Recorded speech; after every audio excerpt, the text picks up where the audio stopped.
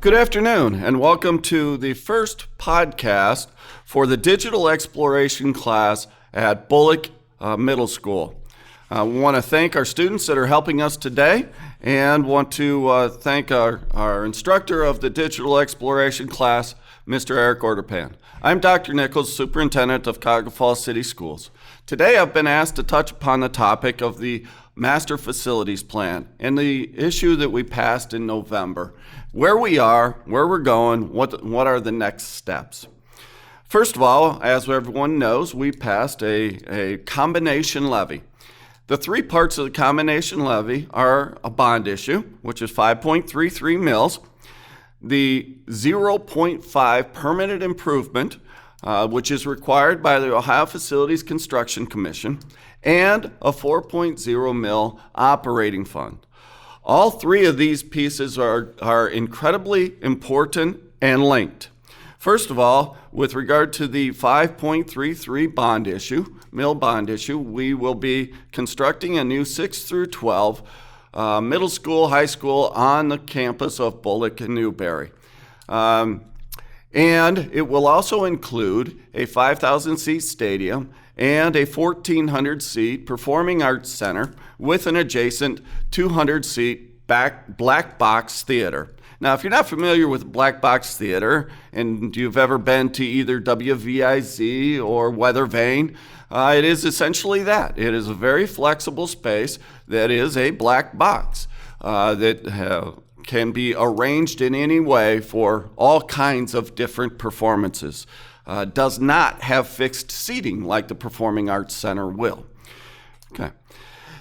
The next portion is 0.5 PI, permanent improvement. And that specifically goes with this project, and it's ongoing. So it'll collect funds so that when needed, the facility will have the funds for any kind of permanent improvements that are necessary as we progress through the years. And the 4.0 mil operating portion of the levy, it was incredibly important for a number of reasons. Number one, it stabilizes where we are in terms of fiscal position. Unfortunately, Cuyahoga Falls has hovered between 6 and 12% cash carryover since 2003.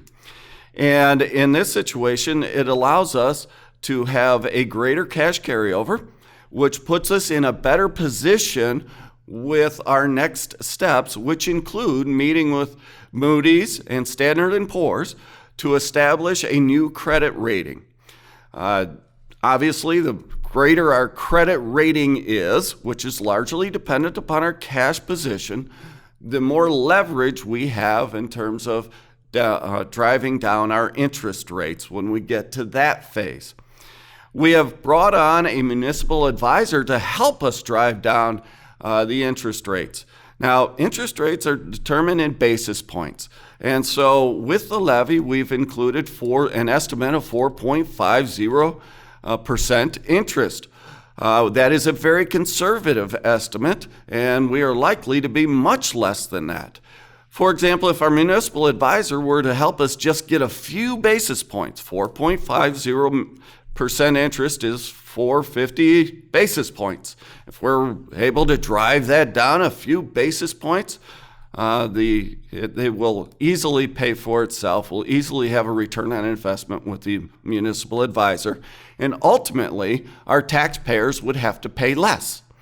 For example, if we're able to establish a 3% interest rate, the first year in collection of funds or until we get to the sale of bonds at that point, at that interest rate, it'll collect at the 4.5% interest rate. But once we get to a sale of bond with a lower interest rate, everything after that is severely reduced in terms of what our taxpayers would have to pay. I can't give you actual numbers yet, obviously, because we don't know what that interest rate is. But as soon as we do, we will certainly share that with the community. Amongst our next step as well, we'll be working with our underwriter. That's where our municipal advisor will work with us specifically with the underwriters in New York City to establish that interest rate. Amongst the steps that we have to take is we will revise the notice of conditional acceptance with the OFCC, which then will go to the controlling board shortly before the release of funds. Now, in terms of the release of funds, the earliest that OFCC will release funds is in July of 2020.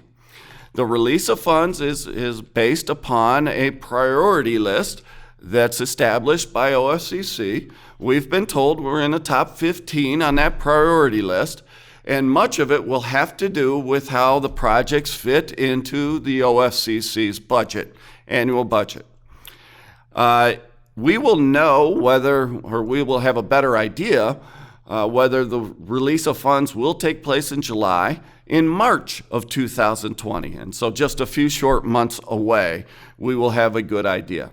If the release of funds takes place in July, as we hope that they do, shortly before that, not sooner than 90 days before the release of funds, the Board of Education and the Ohio Facility Construction Commission will engage in interviews for an architect of record. Once an architect of record is selected, 2 or 3 weeks thereafter, then the Ohio Facilities Construction Commission and the Board of Education will jointly select a construction management firm.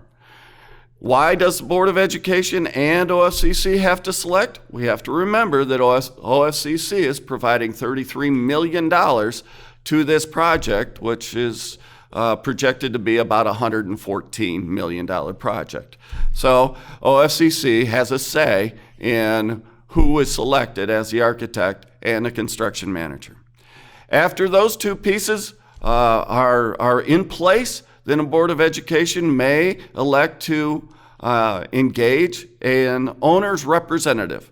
Now, the advantage with an owner's representative is you have someone that's working for the school district that is on site, on the construction site, 100% of the time.